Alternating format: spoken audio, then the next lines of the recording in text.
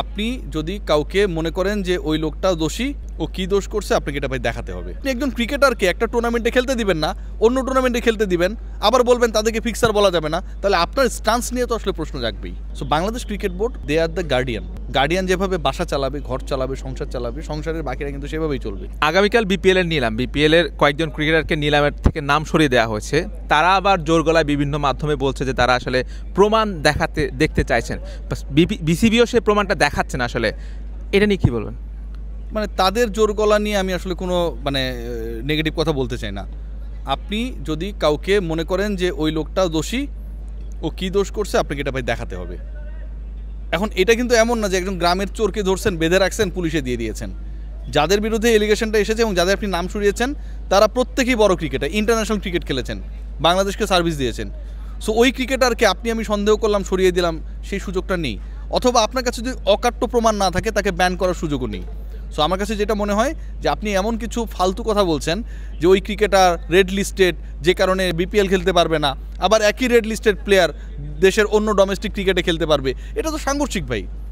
যে চোর সে স্বর্গে গিয়েও চুরি করার চেষ্টা করবে, বাস্তবতা।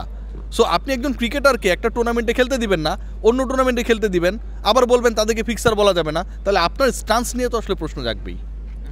আসলে যদি তারা প্রমাণিত না হয়, 6 মাস পরে বলা হলো যে তাদের বিরুদ্ধে ফিক্সিংয়ের কোনো অ্যালিগেশন নেই বা তারা করেনি, তাহলে এই যে তারা এই বিপিএলটা খেলতে পারছেন না, তার চেয়ে বড় কথা তাদের নামের পাশে যে একটা তকমা লেগে যাবে, এইটার ক্ষতিপূরণ কে দিবে? আসলে বিসিবি তখন কি করবে?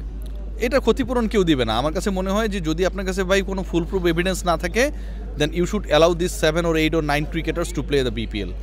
If you have the conclusive evidence then you can take your decision. But if you don't have any evidence, আপনি সন্দেহ করলেন যে বিজয় ফিক্সার, মোসাদ্দেক ফিক্সার, অমুক ফিক্সার, এটা কোনোভাবে অ্যাকসেপ্টেবল না। এভিডেন্স ছাড়া আপনি কাউকে দায়ী করতে পারেন না এই লেভেলে এসে। আমরা আজকের ম্যাচটায় ফিরে আসি। প্রথম ম্যাচটা বাংলাদেশ আয়ারল্যান্ড হেরেছে, দ্বিতীয় ম্যাচটা ভালো ক্রিকেট খেলেছে বলা যায় যে। তো সেক্ষেত্রে আসলে এই ম্যাচে আপনি বাংলাদেশ দলে ঘুরে দাঁড়ানোর জন্য কি টার্নিং পয়েন্ট কোথায় দেখছেন?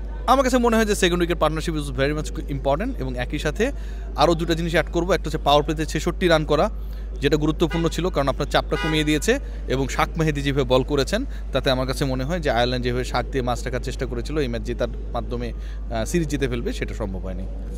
ওভারঅল এই ম্যাচটা জেতাটা বাংলাদেশের জন্য, আসলে বাংলাদেশ ক্রিকেটটা একটা কি খুব অদ্ভুত একটা পরিস্থিতির মধ্যে দিয়ে যাচ্ছে।